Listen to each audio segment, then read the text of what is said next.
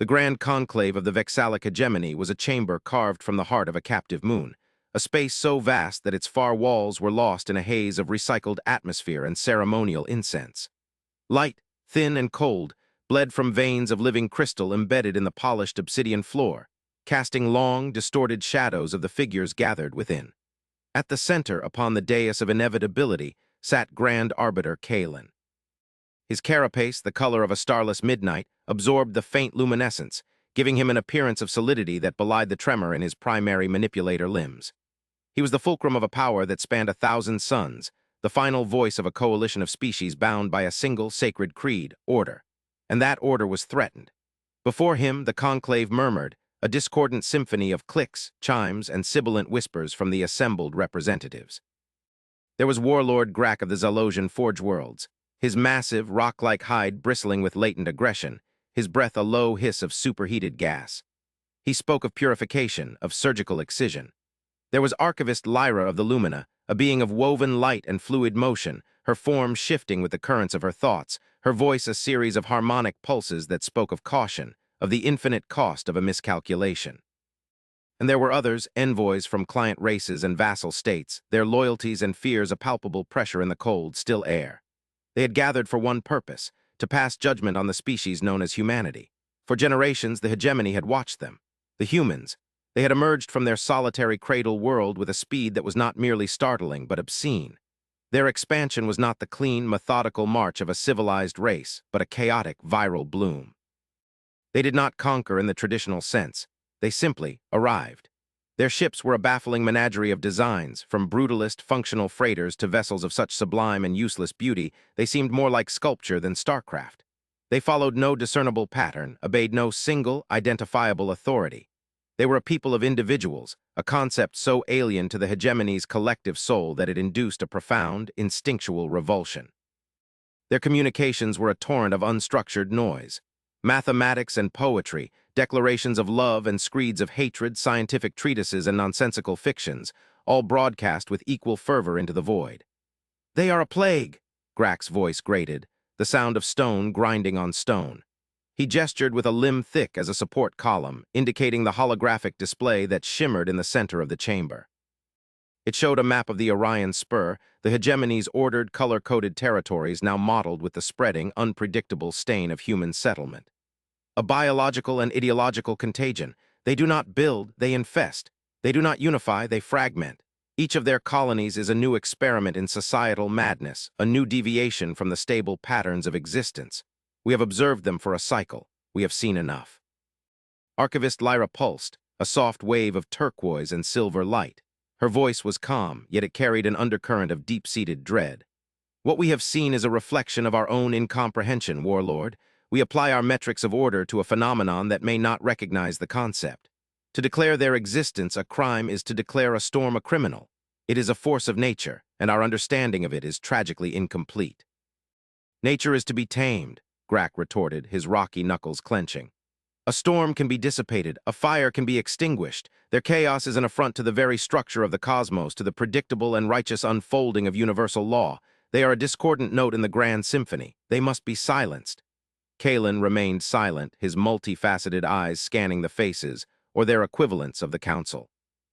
He felt the weight of history, of the long and bloody path his Vexalic ancestors had walked to forge this hegemony from the warring tribes of the galaxy. They had brought peace through absolute structure, stability through the suppression of deviation. Everything had a place, a function, a designated purpose. Humanity defied this on a fundamental level. They celebrated their randomness, their illogical passions, their emotional volatility. They were everything the hegemony had sworn to eradicate from within itself, now appearing as an external threat. He had reviewed the archives himself, spending sleepless rotations immersed in the raw, unfiltered data streams captured from human networks. He had witnessed their art, violent, beautiful, and utterly without a central, unifying aesthetic. He had listened to their music, which ranged from sublime mathematical harmonies to brutal, rhythmic noise that felt like a physical assault.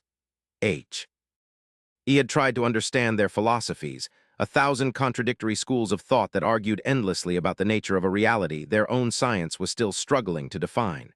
It was the work of a young race, a confused race, but one possessed of a terrifying, unrestrained vitality. They were like children playing with tools of cosmic power, unaware of the damage they could cause. Their technology is derivative, a metallic voice chirped from the lesser dais. It was the emissary of the Cygnian technocracy, a race of cyborgs who valued function above all else. Their drive systems are inefficient modifications of known principles. Their weaponry, while potent, shows no true innovation. They rely on kinetic and thermal energy, primitives in a galaxy that has mastered gravitic manipulation and controlled singularity events. A decisive strike would cripple them. A strike against what precisely? Lyra countered, her light flaring with intensity. They have no capital world in the sense that we do. They have no single leader to depose. To attack one of their worlds is to attack a finger, not the heart. And we do not know what kind of heart it is. They are scattered, yes, but this is a resilience, not a weakness. To fight them would be like trying to kill an ocean by boiling one bay. Then we shall boil every bay, Grak roared, slamming his fist onto the arm of his throne. The obsidian cracked with a sound like a thunderclap. Our fleets are the instruments of cosmic will. Their numbers are vast, their discipline absolute. We will move from system to system. We will cleanse their worlds, sterilize their outposts, and erase this chaotic footnote from the galactic record. It is our sacred duty. Kalen felt a cold certainty begin to crystallize within him. Lyra's caution was born of wisdom, but it was the wisdom of the archivist, the observer. Grak's aggression was crude, but it was born of a deep, abiding faith in the hegemony's core purpose. The fear in the conclave was not of humanity's strength, but of its nature. It was the fear of the unknown, of a future that could not be predicted or controlled. If humanity was allowed to spread, their ideas, their chaos, might infect the younger races within the hegemony itself. The dream of a perfectly ordered galaxy would die, not in a blaze of war, but in a slow, creeping tide of cultural contamination. The risk was too great. The vexallic hegemony had not risen to dominance by embracing uncertainty. He raised a single, slender limb. A hush fell over the vast chamber, the silence so profound it seemed to drink the very light from the air. Every eye, every sensor, every consciousness was fixed upon him. We are the custodians of stability. Kalen's voice was not loud, but it resonated through the chamber's psychoconductive crystals, carrying the weight of his office. For eons, the hegemony has been the bulwark against the entropy of chaos. We have guided nascent civilizations, pruned aggressive cultures, and maintained the delicate balance that allows for a predictable, prosperous existence. In the humans, we see the antithesis of this great work. They do not seek balance, they revel in disruption. They do not cherish order, they worship the idol of individual freedom, a concept that is, in its purest form, the philosophical seed of anarchy. He paused, letting his words settle. He could feel the shift in the chamber's emotional atmosphere, the coalescing of fear into resolve. Archivist Lyra is correct, he continued, his gaze finding the shimmering form of the lumina. We do not fully understand them, but we understand their effect. Their presence on our borders has already sown discord. Client species have begun to question the covenant of order. Trade routes are disrupted by their unpredictable migrations. They are a variable in an equation that must remain constant. To wait until we understand them fully is to wait until the disease has become incurable. His eyes swept across the assembly, meeting the gaze of Grak, then the Cygnian, then the dozens of others. The warlord's path is brutal, but it is clear. The technocracy's assessment of their military capacity is, we believe, accurate. They are a nascent power, still grappling with the fundamental forces we have long since mastered. Therefore, the choice before us is not whether to act, but when. And I say that the time for observation is over. The time for judgment is now. He stood, his full height casting a shadow that seemed to stretch to the very edges of the conclave. The vexallic hegemony hereby declares a war of purification against the anomalous civilization known as humanity. We will mobilize the grand fleets. We will move to excise their presence from the contested sectors. We will restore order. This is the will of the conclave. This is the path to stability. This is our solemn, unavoidable duty. A deep, resonant chime echoed through the chamber, the sound of a verdict passed. GR. Ak let out a low rumble of satisfaction. Lyra's light dimmed to a sorrowful violet, but she did not protest further. The decision was made. The great, intricate machine of the hegemony's war-making apparatus began to turn, its gears lubricated by centuries of logistical planning and ideological certainty. Communiques flowed from Vexel Prime to the fleet command centers orbiting 100 fortress worlds. Engines that had slumbered for generations were ignited, their cold fusion hearts burning with renewed purpose. Gravitic projectors spun up, tearing open rents in spacetime for the fleets to pass through. The declaration of war, a formal and eloquent document outlining humanity's crimes against cosmic order, was broadcast on all universal frequencies. It was a statement of intent, a final judgment delivered with the cold, dispassionate authority of a god. The hegemony waited for the inevitable response, a panicked flurry of diplomacy, a desperate and disorganized military counter, or most likely a terrified silence. For a time there was only that silence. It stretched. It deepened. The grand fleets massed at the edge of human-occupied space, a breathtaking armada of warships, each one a moving city of obsidian and glowing energy, their combined power enough to shatter a continent or extinguish a small star. They were a wall of absolute power, a declaration of overwhelming force made manifest. Still, the humans did not respond. No fleets mobilized to meet them. No frantic diplomatic channels were opened. The chaotic torrent of their public broadcasts continued unabated, as if a declaration of total war from the galaxy's oldest superpower was of no more consequence than a new piece of music or a philosopher's latest rambling. This was the most unnerving response of all. It was not the reaction of a terrified inferior, but of an entity that was either oblivious or, impossibly, unconcerned. Then, after a period of tense, watchful waiting that frayed the nerves of even the most disciplined Vexalic commander, something happened. A single energy signature emerged from the churning chaos of a human system. It was small, solitary, and moving with a calm, deliberate velocity directly towards the heart of the hegemony, towards Vexal Prime itself. The fleet commanders reported it with a tone of utter disbelief. It was not a warship. Scans showed minimal energy shielding and no detectable weapon emplacements of any known configuration. It was sleek, elegant, an artist's rendering of a starship, its hull a seamless, pearlescent white that seemed to shift in color with the angle of the light. It moved with a grace that was alien to the brutal functionality of hegemony design. On the command bridge of his flagship, the asterisk will of Order asterisk Warlord Grack stared at the tactical display, his rocky features contorted in a mask of contemptuous confusion. "One ship. They send one ship. Is this a joke? An envoy to beg for terms?" he growled to his subordinates. "Let it approach. We will encircle it. We will pluck it from the void and dissect it piece by piece. We will learn their secrets, and then we will burn their worlds with the knowledge." The order was given. A portion of the Grand Fleet, a force still so large it could have conquered a lesser empire on its own, moved to intercept. The human vessel did not deviate. It did not accelerate. It did not slow. It continued its serene, unwavering journey as if the colossal warships converging on it were nothing more than dust motes in the void. It came to a halt in the designated interception zone, a point in empty space equidistant from the closing jaws of the Zalosian pincer formation. It simply floated there, silent and radiant, a single pearl in a sea of menacing obsidian. A channel was opened.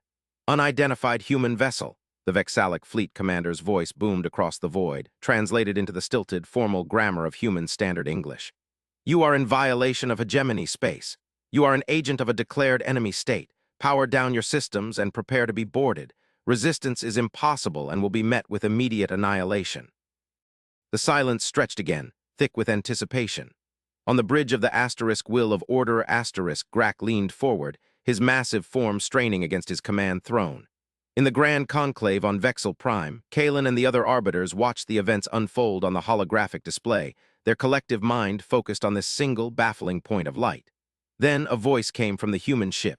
It was female, calm, and carried no trace of fear or aggression. It was a voice of such profound and unnerving composure that it sent a ripple of unease through the hegemony command network. It was not the voice of a supplicant or a warrior. It was the voice of a scholar, a teacher. "This is Captain Eva Ristova of the human exploratory vessel Odyssey asterisk," the voice said, the translation flawless and fluid. "We have received your declarati. We acknowledge your concerns regarding our civilization's perceived lack of order. We have not come to fight. We have come to offer context." Grack let out a snort of derision. "Context? We have all the context we need, human. Your existence is the context. Surrender now, or we will provide you with the context of oblivion." The voice of Captain Ristova replied, its placid tone unchanged. "We understand your position. However, your decision was made with incomplete data. The action you are about to take will have consequences that you cannot foresee. It is our ethical duty to ensure you proceed with full awareness." Before the Vexalic commander could respond, a change occurred. It was not an explosion or a weapon discharge. It was something far stranger. A soft, iridescent light emanated from the Odyssey asterisk, not a blast but a gentle wave, a ripple in the fabric of space itself. It expanded outwards at an impossible speed, washing over the hegemony warships. It was not an energy field that could be blocked by shields. It passed through the dense armor of the Zalosian cruisers as if it were not there. It was something else entirely.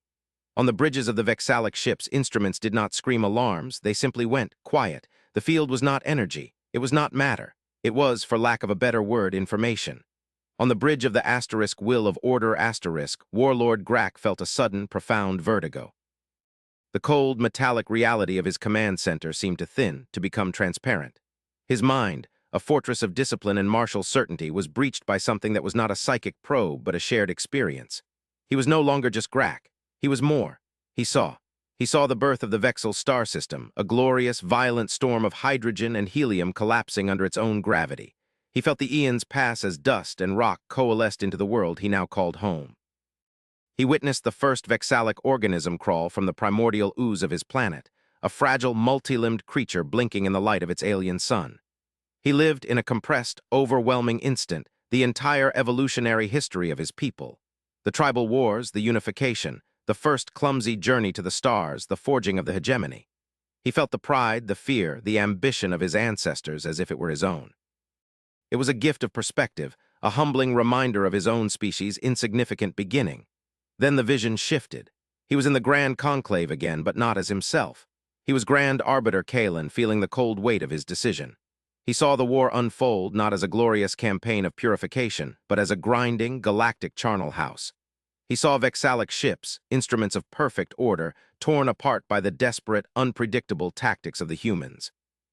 He saw human worlds burned to glass, and he felt the psychic echo of a billion lives extinguished, a silent scream that tore at the fabric of his soul. He saw his own Xylosian people, bred for glorious combat, reduced to cynical butchers, their honor dissolving in a war with no front lines and no clear victory. He saw the hegemony itself, its foundations of order cracking under the strain of a total war against an enemy that could not be centrally defeated. He saw client races rising in rebellion, inspired by the very human chaos they were supposed to despise. He lived through 1,000 possible timelines of the conflict, and in every single one the hegemony did not win. It merely died, its ideals corrupted, its people exhausted, its grand dream of a stable galaxy dissolving into a nightmare of endless, pointless violence. He felt the grief of Kalen as he watched his civilization crumble, the regret of poison that would last for eternity. The vision shifted again, becoming more intimate, more terrifying. He was no longer a Xylosian or a Vexalic. He was a human, a soldier named Ben on a world of red sand and choking dust. He felt the coarse fabric of his uniform against his skin, the weight of his kinetic rifle in his hands. He could taste the recycled water in his canteen, feel the fear coiling in his gut. He looked at a holographic picture in his gauntlet, a picture of his mate and their small, laughing offspring.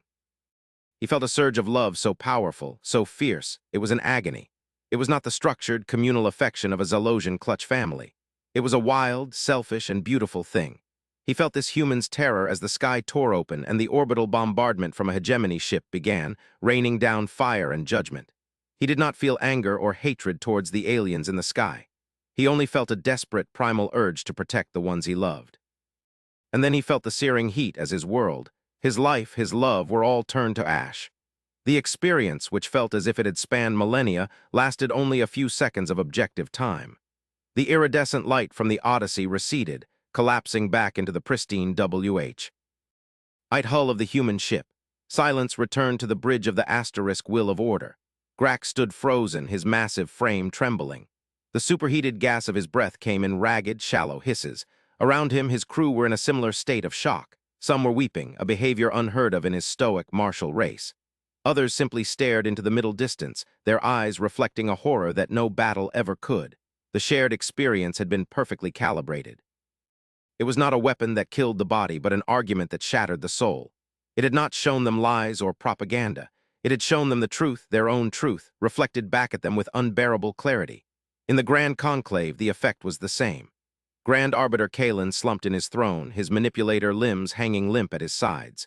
The smooth, obsidian perfection of his carapace felt like a cage, a prison of arrogance he had built for himself. He had seen it all. The futility of his grand design, the boundless, terrifying depth of a single human heart, the sheer monumental scale of his own error. He saw Archivist Lyra, her form a brilliant, pulsing supernova of raw emotion, tears of pure light tracing paths down her ethereal cheeks. She had been right. They had judged a storm, and in their arrogance they had sought to wage war on the universe itself. The communication channel to the Odyssey was still open. For a long moment, no one in the hegemony had the capacity to speak. The silence was filled not with tension, but with a profound, galaxy-spanning shame. It was Kalen who finally found his voice. He activated his personal comm unit, his signal bypassing the fleet command. His voice, when it came, was not the resonant, authoritative tone of the Grand Arbiter. It was the broken whisper of a man who had stared into the abyss and seen his own reflection. "Captain Rostova," he began, his voice cracking. What was that?" The human captain's voice returned, as calm and as measured as before, yet now it sounded not like detachment, but like an infinite, sorrowful empathy. "That was context, Grand Arbiter. We called it a chronoton resonance field. It is not a weapon. It is a communication tool. It allows for the direct transmission of experiential data. We did not alter your perceptions. We simply allowed you to access the information you already possessed and the most probable consequences of your intended actions. We showed you your own history, your most likely future, and a glimpse into the nature of the beings you had condemned." You forced us to feel," Kalen murmured, the concept still struggling to form in his rigidly logical mind. "We offered you the chance to understand," Rostova corrected gently. "To understand us and to understand yourselves. An act of war is the ultimate failure of understanding. We believe that any species capable of reason would not choose it if they truly comprehended the cost. Your declaration forced us to conclude that you were operating without sufficient comprehension." On his bridge, Warlord Grak stumbled back, his massive weight crashing against a console. The warrior who had lived for the glory of battle, who saw death as a sacrament of honor, was undone. The death he had witnessed in the vision was not glorious. It was a pointless, ugly stain on the fabric of existence. The human soldier, Ben, had not died for an ideal. He had died for love, a motive Grak's culture had no word for, but which he now understood with a terrifying, heartbreaking clarity. He had been prepared to slaughter billions of such beings, to extinguish countless trillions of such loves. The thought was so monstrous it threatened to shatter his mind. "Peace," Grak rasped into his own comm unit, his voice a choked, guttural sound that was utterly alien to his subordinates. He was not addressing his fleet. He was speaking to the single, silent human ship. We want peace." In the Grand Conclave, Kalen took a deep, shuddering breath. The shame was being replaced by something new. Awe, a terrifying, profound awe. Humanity was not a race of chaotic primitives. They were a civilization that had weaponized empathy asterisk. They had developed a technology that made war obsolete by making its true nature impossible to ignore. They did not conquer you with force. They conquered you with understanding. It was a power so far beyond the hegemony's gravitic projectors and singularity cannons that it belonged to an entirely different order of reality. "The declaration of war is rescinded," Kalen announced, his voice gaining a sliver of its former authority, but now imbued with a humility that had never been there before. He spoke to the Odyssey asterisk, but his words were for his entire civilization. "The war of purification is terminated before it has begun. The grand fleets will stand down and return to their stations. The Vexalic hegemony, formally and unconditionally, begs for your forgiveness." The request hung in the void, a surrender more total than any military defeat. It was an ideological capitulation, an admission that the hegemony's entire worldview, the foundation of its millennia-long existence, was flawed to its core. There was a pause from the asterisk Odyssey. When Captain Rostova spoke again, her tone was softer. "There is nothing to forgive, Grand Arbiter. You acted on the information you had. We have now provided you with more. That is all. Humanity does not seek apologies. We seek partners." Partners, the word was a revelation. The hegemony did not have partners. It had clients, vassals, subjects. The idea of a true partnership with another race, especially one so fundamentally different, was revolutionary. "Partners in what?" Kalen asked, his mind reeling with the implications. "In the true work that lies ahead," Rostova replied. "The context we shared with you was incomplete. We showed you the consequences of a war between our species. We did not show you why that war would be such a catastrophic waste of time and potential. There is something else, something you need to see." The iridescent light from the Odyssey pulsed once more, but this time it did not expand. Instead, it projected a beam of information directly to the central display in the Grand Conclave and the command bridges of the fleet.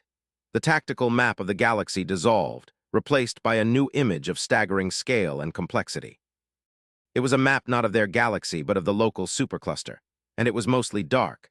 "For the entirety of our history," Captain Rostova's voice explained, now taking on the role of a lecturer unveiling a great and terrible secret, "we humans have been haunted by a question. In a universe so vast and so old, teeming with the potential for life, where is everyone?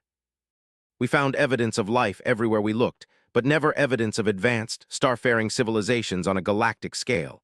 We found only ruins, echoes, silence. The map zoomed in on system after system, in their own galaxy and in Andromeda. It highlighted planets that bore the unmistakable scars of advanced technological civilizations that were now nothing but dust and radiation. They saw the remnants of Dyson swarms orbiting dead stars, the shattered husks of ringworlds, the faint energy signatures of planet-sized computers that had fallen silent billions of years ago. The universe, it turned out, was not empty. It was a graveyard. "We called it the Great Filter," Rostova continued, her calm voice narrating the silent cosmic horror story on the screen.